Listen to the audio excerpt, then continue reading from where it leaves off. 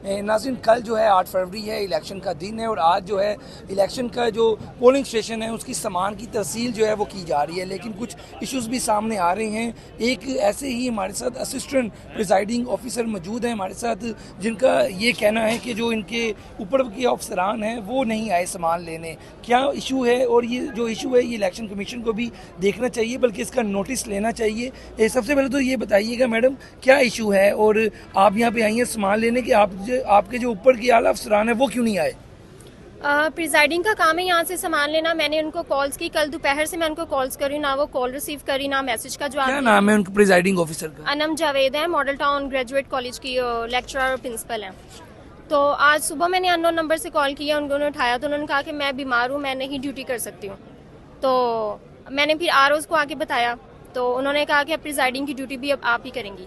तो आपकी इसकी ट्रेनिंग है, आप चीज़ों को समझती हैं ये सारे? आप अगर उन्होंने कह दिया कि आप प्रिजाइडिंग ऑफिसर के तौर पे काम करेंगी तो आपको ये ट्रेनिंग दी गई है? मुझे ट्रेनिंग बिल्कुल नहीं दी गई, मुझे बल्कि ट्रेनिंग दी गई थी एपीओ और पीओ की। और मुझे जो ड्यूटी अपॉइंट हुई है वो सीनियर एपीओ की है। तो मैं प्रिजाइडिंग के तो काम मुझे पता भी नहीं है, जीरो से भी मुझे नहीं पता कि क्या प्रिजाइडिंग ऑफिसर का काम क्या है। जब आपकी आरओ साहब से बात हुई है तो आरओ साहब ने आगे से आपको क्या जवाब दिया? उन्होंने कहा है कि आप प्रिजाइडिंग की ड्यूटी अब आप ही करेंगी। लेकिन आपको इसका तजुर्बा नहीं है, तो मुझे ये बताएं कि अब सामान वगैरह आपने ले लिया है, आप खुद क्या सोच रही हैं इस वक्त? परेशानी की हालत में आप इलेक्शन कमीशन को ही नोटिस दिलवाएंगी, क्या करेंगी क्या? मैंने अब उनके अगेंस्ट एप्लीकेशन तो लिखी है, तो अब देख रही हूँ। मुझे तो बहुत मुश्किल बनी हुई है कि मुझे नहीं पता मैंने करना क्या है। पोलिंग स्टेशन आपका कौन सा है? पोलिंग स्टेशन मेरा सांदा में है, अली बरकत NA 130। अच्छा, तो आपकी प्रिजाइडिंग ऑफिसर के अलावा और कौन से लोग हैं जो नहीं आए और आपको अकेली को भेज दिए? एपीओ कोई नहीं आया, पीओ कोई नहीं आया, मैं अकेली ही आई हूँ। प्रिजाइडिंग जाना था लेकिन वो भी नहीं आई। और उनसे आपकी बात हुई, उन्होंने क्या कहा है? उन्होंने कहा कि मैं बीमार हूँ, मैं ड्यूटी नहीं कर सकती हूँ। ठीक हो गया, आपके हस्बैंड साथ आए हुए हैं, यही मेरे ख्याल आपकी हेल्प वगैरह कर रहे हैं, क्या कहेंगे आप?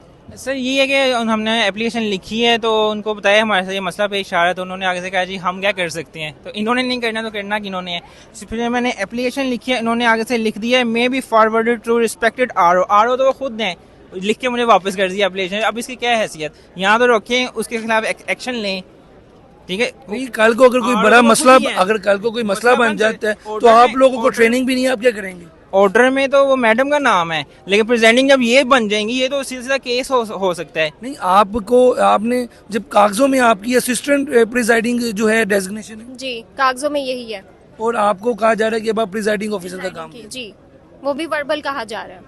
आपने उनको कहा कि मुझे कोई रिटर्न फॉर्म में लिख के दें, कम से कम कल को कोई इशू ना बने? रिटर्न फॉर्म में इन्होंने नहीं लिख के दिया। नहीं दिया? नहीं। चलें, आप अब क्या करेंगे जी? यहाँ परेशानी तो है आपको।